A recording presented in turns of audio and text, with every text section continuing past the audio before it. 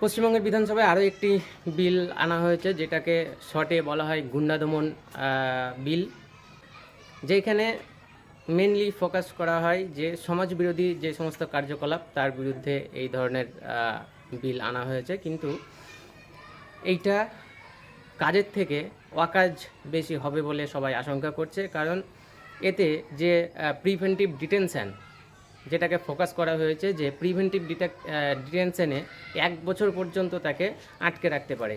Preventive detention মানেটা কি? Preventive detention মানে হচ্ছে যে কোনো কিছু হওয়ার আগে, হওয়ার আশঙ্কায় তাকে অ্যারেস্ট করা।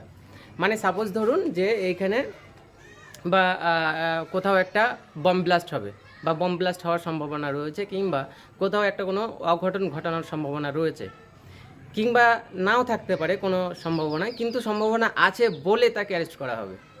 মানে কোনো ঘটনা ঘটেইনি, কিন্তু সেই ঘটনা ঘটার যে সম্ভাবনা, সেই অজুহাতেই যে কাউকে অ্যারেস্ট করে প্রায় 1 বছর পর্যন্ত তাকে আটকে রাখবে।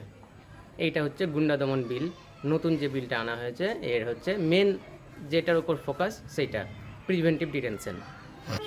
সর্বদা সতর্ক থাকুন, সুস্থ থাকুন, শুনতে থাকুন এবং ফলো করুন advocate MH Rahman Facebook page এবং ইউটিউব চ্যানেল।